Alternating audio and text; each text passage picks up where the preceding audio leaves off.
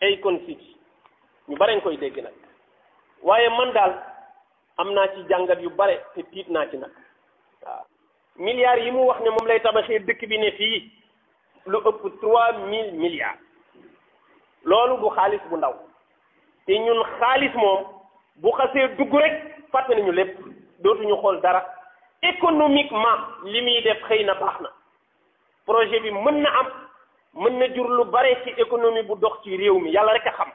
lan lay def ci xel yi lan lay def ci jikko yi waaye ñaar am na ci nañu bàyyi xel ne ay suufu baykat la jël waaw loolu ñu ngi koy bàyyiloo xel nguur gi di ko bàyyiloo xel rappeur boobu ay suufu baykat la jël ay suufu nappkat la dagg mooy àll bi nu ko jox ay baykat a fa nekkoon di bay ñu nangu seeni hectare dig leen nag dañ leen a dig nga sénégalais dafa bëgg alal dañ leen a dig alal ju bare bare ne leen lii moom waxuma yéen waa Mbóojeen sax waaye Sénégal yépp mën na ci dox ñoom ñëpp di dundee yaakaar ne nemm kenn waxu ci parce que am na baykat yoo xam ne ren jii bayuñu ndax tool yi ñu jox rappeur boobu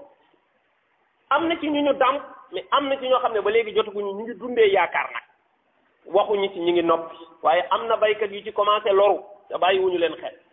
am na ñu mu dox seen digganteeg napp ba ñu daan dem mënatuñu am accès foofu ci napp ji est-ce que ñooñu dàmp nañu leen déedéet parce que nee nañu après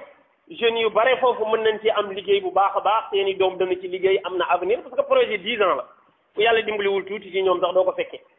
loolu jotewul dara ak ñu dàmp leen ba pare parce que fii la daan jaar di béy yi mënatu fi jaar soo ko jëlee da nga koy dàmp parce que lu ëpp 3000 milliards ku ko bëgg investir ci barab bala nga faa jógee néew ji doole ya fa nekk dañ leen a war a dàmp ba seen xol set ak yaakaar ju dëgër tax na ñu ne patt di xaar bis bu rafet waaye man bir na ma ne coow dana ci am te 1000 hectares du ay caaxaan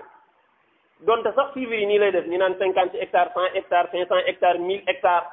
li am solo mooy suuf bu bare boobu ñu ko jox war nañu dàmp bu baax baykat yi fa nekk xool projet bi itam lan lay jural njabootu Sénégal ëllëg ñi fiy ñëw ñan lañu